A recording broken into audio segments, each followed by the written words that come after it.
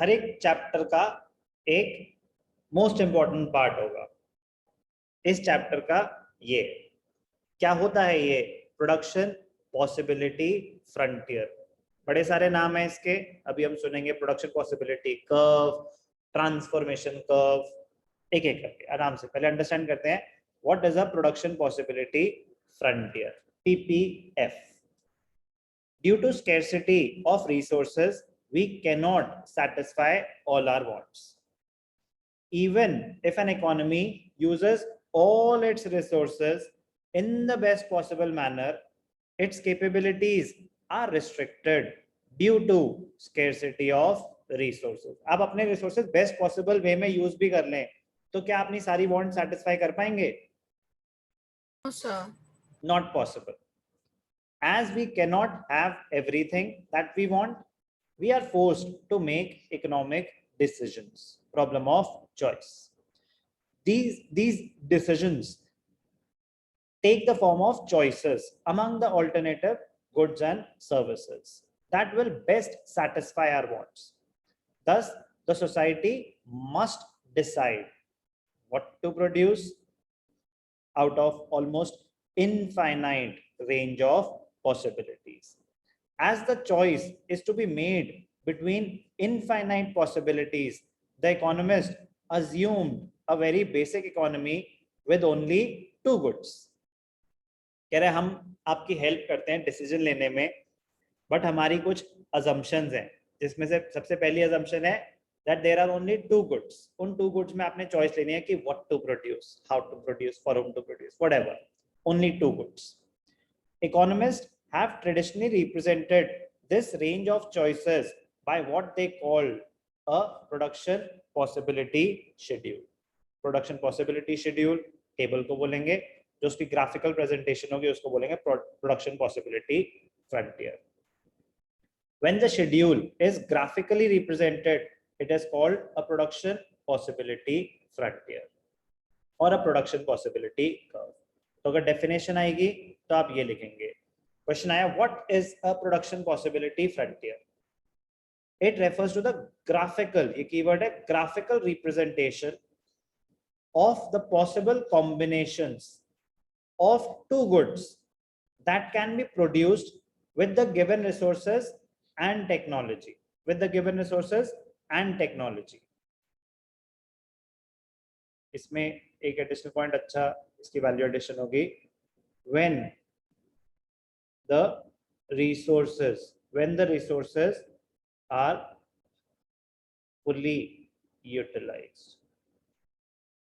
So graphical representation of possible combinations of two goods that can be produced with the given resources and technology when the resources are optimally fully utilized. Alternatively, PPF is the locus of various possible combinations of two goods that can be produced with the given resources and technology. So what is the PPF?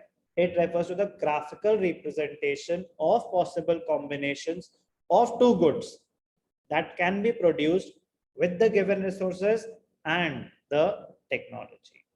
ध्यान से देखना कैसा होता है ये PPF, ध्यान से देखना।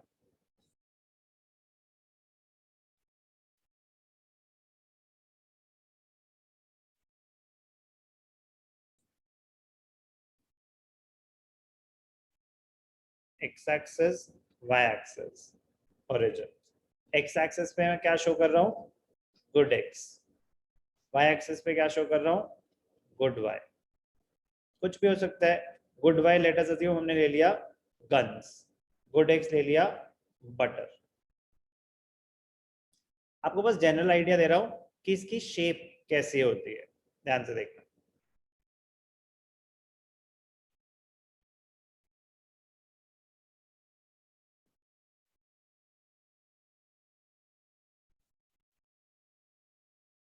ये होती है इसकी shape. Production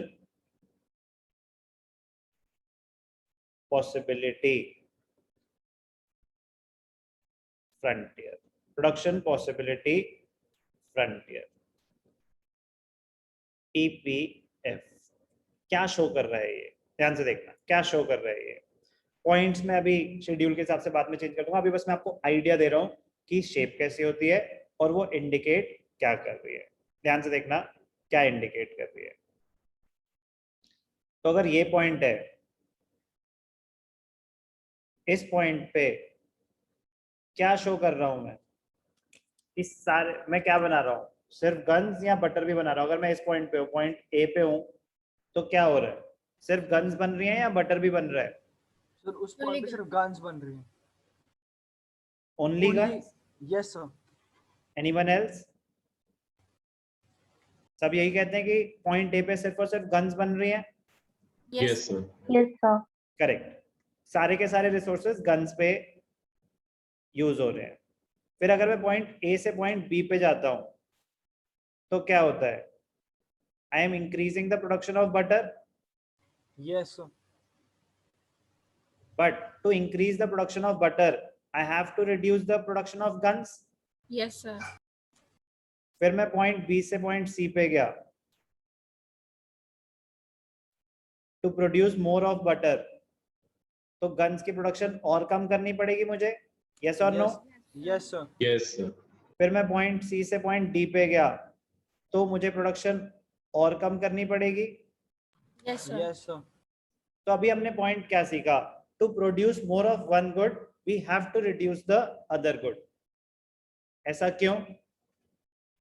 Scarce resources. Scarcity of resources, क्योंकि हमने बोला था कि अगर आप पीपीसी के ऊपर हो, प्रोडक्शन पॉसिबिलिटी कर्व पे वो पॉइंट्स आते हैं which produce different combinations of two goods that an economy can produce with the given resources and technology when the resources are fully utilized. तो क्या ऐसा हो सकता है कि दोनों की प्रोडक्शन बढ़ा दी जाए? No, sir. क्यों नहीं हो सकता?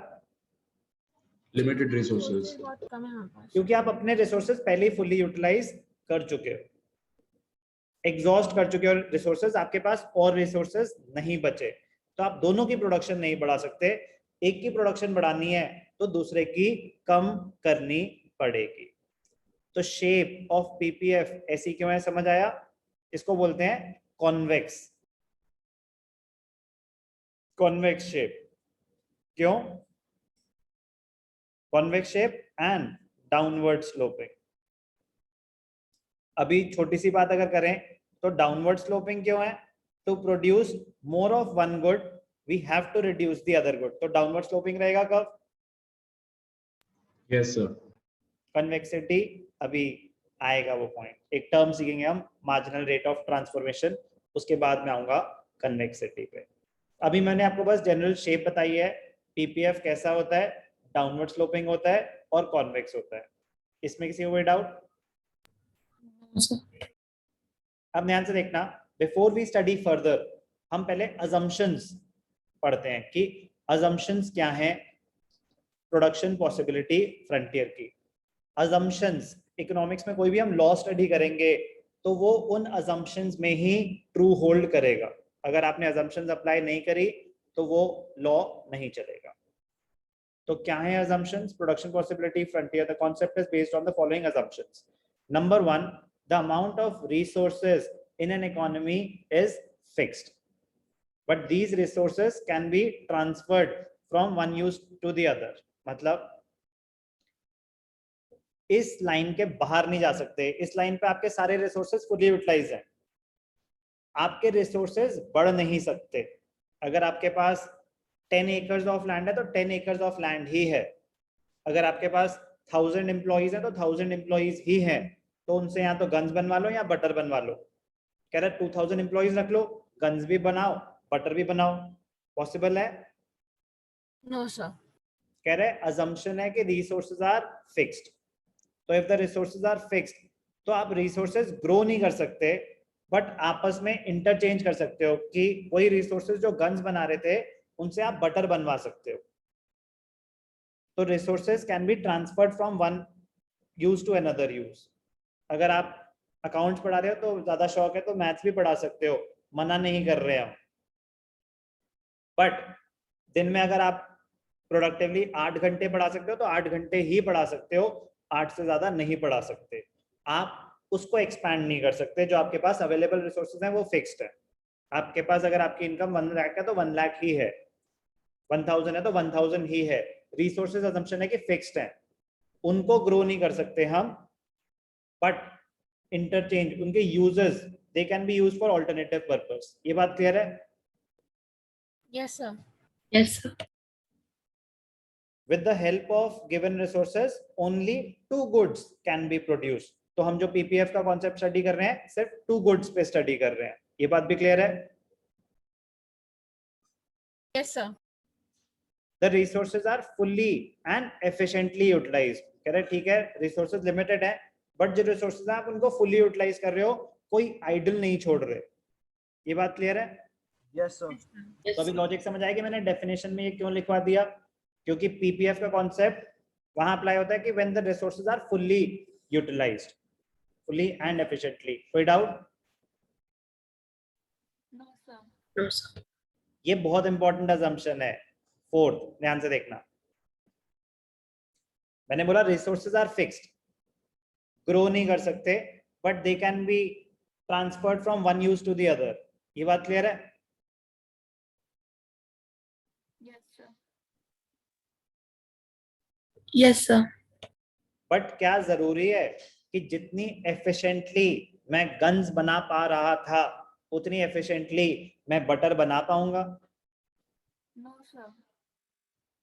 क्या ये जरूरी है? नहीं, sir. Sir. क्या ये जरूरी है कि जितनी एफिशिएंटली मैं अकाउंट्स पढ़ा रहा था या इकोनॉमिक्स पढ़ा रहा था उतनी एफिशिएंटली मैं मैथ्स पढ़ा पाऊंगा? No, sir. No, sir. क्या जरूरी है कि जितनी एफिशिएंटली आप जिस जॉब में बेस्ट हो वो कर रहे हो, कह रहे कोई बात नहीं ये भी कर लेंगे, जरूरी है कि उतनी एफिशिएंटली आप दूसरी चीज भी कर पाओगे? No, sir. अगर आप फुटबॉल अच्छा खेलते हो तो क्या जरूरी है कि आप क्रिकेट भी अच्छा खेलोगे? No, sir. तो बट क्रिकेट खेल तो सकते, ऐसा तो नहीं ना क्रिकेट खेल नहीं सकते। खेल तो सकते हैं सर। ऐसा तो नहीं ना कि मैं मैथ्स पढ़ा नहीं सकता, अच्छा नहीं पढ़ाऊंगा तो क्या हुआ, पढ़ा तो सकता हूँ, क्या पता और अच्छा पढ़ाऊं। But resources are not equally efficient का मतलब होता है resources are not equally efficient in production of all products. कह रहा है ऐसा नहीं हो सकता कि जो रिसोर्सेज अच्छे से बटर चिकन बना रहे थे वो अच्छे से चावल राजमा भी बना पाएंगे। जो लैंड राइस अच्छे से उगा पा रही थी वो वीट भी अच्छे से उगा पाएगी? जरूरी नहीं है। जहां पे रेजिडेंशियल प्रॉपर्टीज बहुत अच्छी डेवलप हो गई थी वहां फैक्ट्रीज भी बहुत अच्छे से काम करेंगे? जरूरी नहीं है। yes they can be transferred from one use to another but the resources are not equally efficient in production of all the products. So when the resources are transferred from one production to another the productivity decreases। अब ध्यान से देखना, वैसे तो मैं बहुत अच्छा पढ़ाता हूँ maths, but let us assume कि मैं इकोनॉमिक्स ज्यादा अच्छा पढ़ाता था, मैं मैथ्स कम अच्छा पढ़ाता था, बट मैंने ईगो पे ले लिया, कह रहा नहीं तुमने कहा मैथ्स मुश्किल है मैं पढ़ा के दिखाता हूँ तुम्हें। मैंने मैथ्स पढ़ाने का डिसीजन ले लिया। नाउ पहले क्या सिचुएशन थी कि मैं सिर्फ और सिर्फ लेट अस अज्यूम सिर्फ इकोनॉमिक्स पढ़ा रहा था। अब now I am shifting my resources from teaching purely economics to a part of my time will go in teaching maths. तो अगर मैं मैथ्स पढ़ाना चाहूँ तो मुझे कुछ सैक्रिफाइस करना पड़ेगा टाइम, यस और no? Yes, sir. Yes, sir. Theoretically I am shifting my resources from more productive use to less productive use as far as my resources are concerned। Yes, sir. Sir. okay. मैं कहा मजा नहीं आया, पहले 8 के 8 घंटे economics, फिर 1 घंटा इकोनॉमिक्स और 1 घंटा मैथ्स और कुछ मतलब बाकी घंटे इकोनॉमिक्स। मैं कहा और मैथ्स पढ़ाना चाहूंगा, मैं मजा आ रहा है, बहुत मजा आ रहा है, तो मुझे और सैक्रिफाइस करना पड़ेगा। Yes, sir. Again I am shifting from more productive use to less productive use। Yes, sir. तो मेरी एफिशिएंसी बढ़ती जाएगी या कम होती जाएगी? कम होती जाएगी। ये बात समझ आ रही है? क्यों कम होती जाएगी? मैथ्स पढ़ा पढ़ा के खुद नहीं सीख जाऊंगा थोड़ा सा? बट वो लेस प्रोडक्टिव है आपके लिए। अरे तो कभी तो सीख जाऊंगा ना, कभी तो प्रोडक्टिविटी बढ़ जाएगी मेरी मैथ्स की भी। बट जिसमें ऑलरेडी बढ़ी हुई थी फिर उसको कम करके आप मैथ्स की तरफ जाओगे तो सीख जाऊंगा ना मैथ्स उतने अच्छे से जितने अच्छे से इकोनॉमिक्स आती थी। सर पर इकोनॉमिक्स की प्रोडक्टिविटी भी तो कम हो गई है ना। तो मैथ्स की तो बढ़ रही है ना, टोटल प्रोडक्टिविटी तो बढ़ी जाएगी। सीख नहीं सकता मैथ्स? इतनी मुश्किल है? सीख सकता हूँ कि नहीं सीख सकता? सर सीख सीख सकते सकते हो। हो। उन्होंने अजम्पशन ली कि नहीं सीख सकता, वरना तो मैं सीख जाता, वरना तो मैं मैथ्स ही पढ़ा रहा होता। बट उन्होंने अजम्पशन ले ली, the level of technology is assumed to be constant. आप रिसोर्सेज को एनहांस नहीं कर सकते, जो टेक्नोलॉजी है जैसी है वैसी ही रहेगी, सब कांस्टेंट है। रिसोर्सेज जिस चीज के लिए फेवरेबल थे उसी चीज के लिए फेवरेबल रहेंगे। आप उनको ट्रेन नहीं कर सकते, आप उनको इंप्रूव नहीं कर सकते, आप उनको ग्रो नहीं कर सकते। They are fixed, they are constant, state of technology remains the same, आप उनको improve नहीं कर सकते। तभी तो नहीं सीख पाया। बात समझ आई? Yes sir. Yes, sir. अब इसको ग्राफ पे दिखाते हैं। assumptions मैं जल्दी से एक बार दोबारा बताऊंगा। Number 1, the resources in an economy they are fixed, मतलब amount of resources is fixed, but resources can be transferred from one use to another। ये बात क्लियर है? Yes, sir. There are only two goods। Number 3, the resources are fully and efficiently utilized, जितने resources हैं आप पूरे exhaust कर चुके हो। Number 4, resources are not equally efficient in production of all the goods। So when resources are transferred from production of one good to another, the productivity decreases। ये clear है? Yes, sir.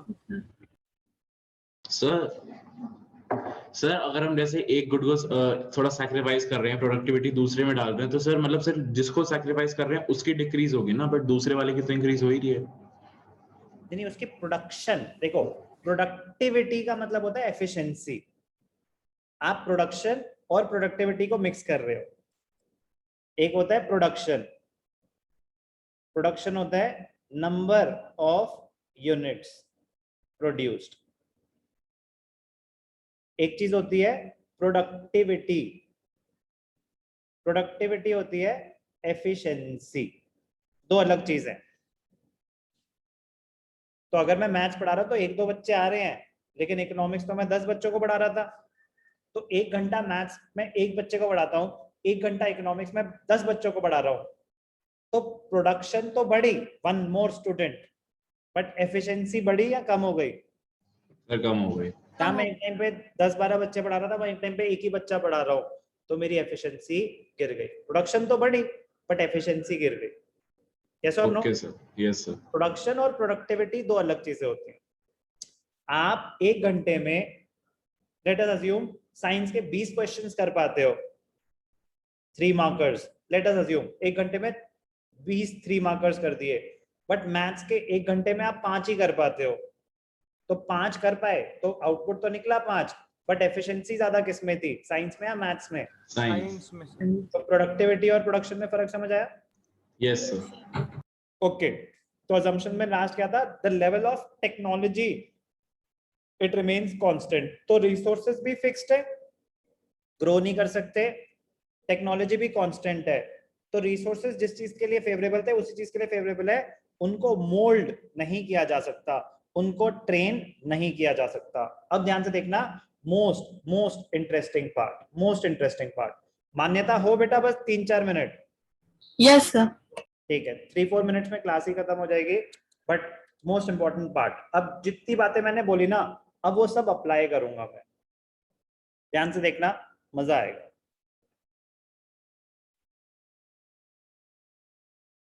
एक second, आप पहले तुम चलो, कुछ नहीं।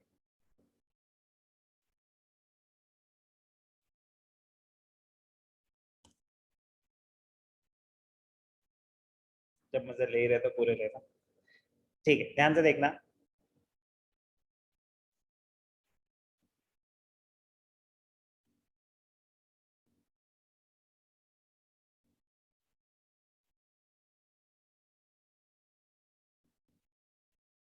X पे वही ले लेते हैं ना जो एग्जैक्टली वही ले रहे हैं, तो क्या गन्स, हाँ बटर, ठीक है।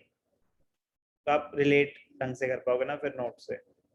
बटर एक्स एक्सिस पे ले लिया मैंने और वाई एक्सिस पे ले लिए गन्स, ठीक है। गन्स हैं, बंस नहीं है, गन्स। अब भैया बटर और बन तो समझ आते हैं, गन्स क्या, वॉर गुड्स या कंज्यूमर गुड्स। तो ध्यान से देखना। चलो, ये मेजरमेंट एग्जैक्ट होनी चाहिए आपकी। आपके पास तो स्केल होगा 1 2 3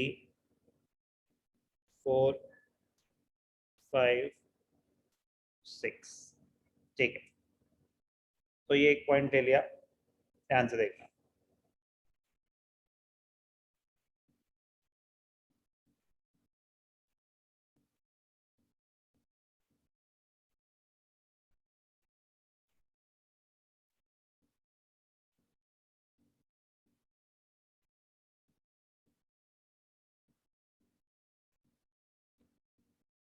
ओके, अब अगर इनके ABCD भी इन्हीं के ले लेते हैं, ठीक है। पॉइंट ए पे हूं, अगर मैं पॉइंट ए पे हूं तो क्या हो रहा है मान्यता? So production of guns. सारे के सारे रिसोर्सेज मेरे गन्स पे ही यूटिलाइज्ड हैं। Yes, sir. यार प्लीज इसको एग्जैक्ट रखेंगे ना तो और ज्यादा एक्यूरेट आएगा रिजल्ट, तो इसको एग्जैक्ट कर लेना आप अपने आप। अब ध्यान से देखना, I want to produce butter, ठीक है। तो अगर बटर प्रोड्यूस करने का ज्यादा शौक चढ़ रहा है तो क्या होगा, ध्यान से देखना।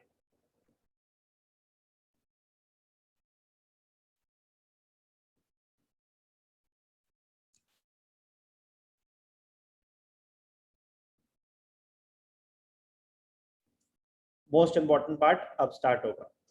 मैं पॉइंट ए से पॉइंट बी गया, to increase the production of butter I have to sacrifice guns. Yes, sir. तो मैंने कुछ गन्स सैक्रिफाइस करी 1 यूनिट ऑफ बटर के लिए, ओके। अब मैं आगे गया, एक और यूनिट ऑफ बटर बनाना चाहता हूं।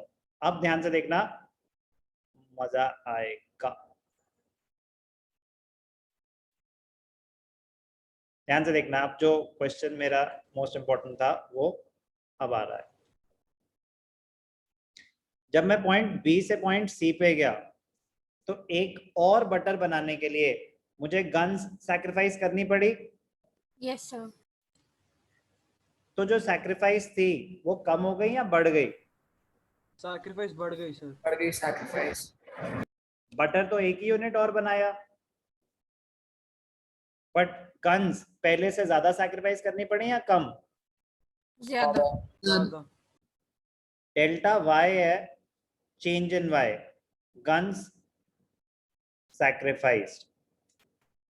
डेल्टा एक्स है बटर इंक्रीज्ड। तो ये है units of gun sacrificed, units of butter increased. एक यूनिट के लिए आपने गन सैक्रिफाइस करी, रेट ऑफ सैक्रिफाइस बढ़ा या कम हुआ? बढ़। ओके, अब मैंने एक और यूनिट बनानी है, बटर की एक और यूनिट बनानी है।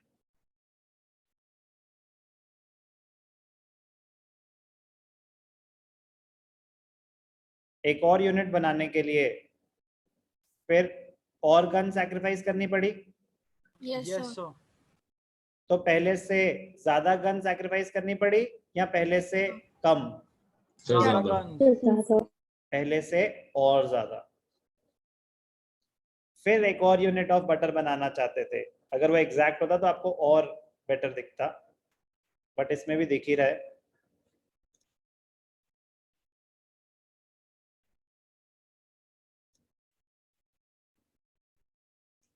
अगर वो डिस्टेंस सेम होगा तो पॉइंट क्या है, पॉइंट है कि जो रेट ऑफ सैक्रिफाइस है वो बढ़ता जा रहा है। यस और नो?